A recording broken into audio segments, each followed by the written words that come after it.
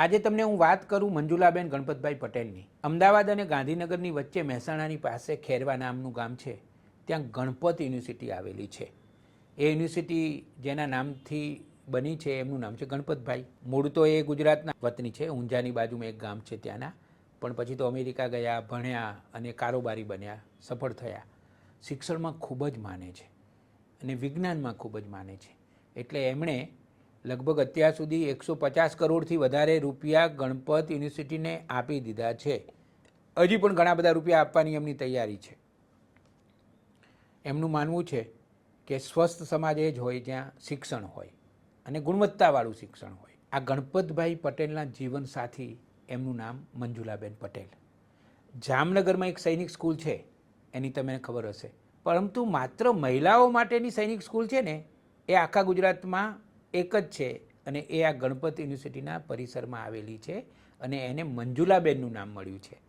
આ જે સૈનિક સ્કૂલ છે એ મંજુલાબેનના નામે બની છે. આ મંજુલાબેન વિશે મેં વિગતવાર લેખ લખ્યો છે. મોટાભાગે આપણા ત્યાં છે ને પુરુષો માટે લખાયા કરે છે.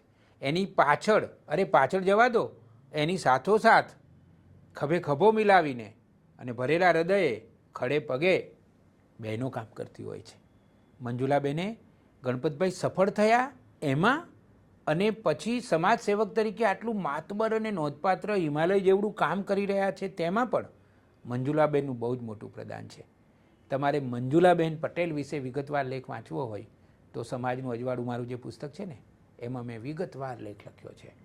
હું તમને વિનંતી કરું છું કે જો તમે હજી સુધી મારા પોઝિટિવ શ્રેણીના 10 પુસ્તકો ન વાંચ્યા હોય તો ચોક્કસ વાંચો, કારણ કે એમાં આવી એકથી ચડિયાતી 600 જેટલી પોઝિટિવ સ્ટોરી છે.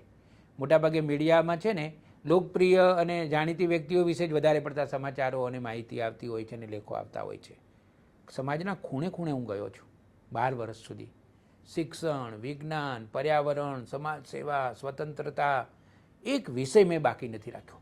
નાના લોકોને પણ હું મળ્યો છું અને એમના વિશે પણ લખ્યું છે.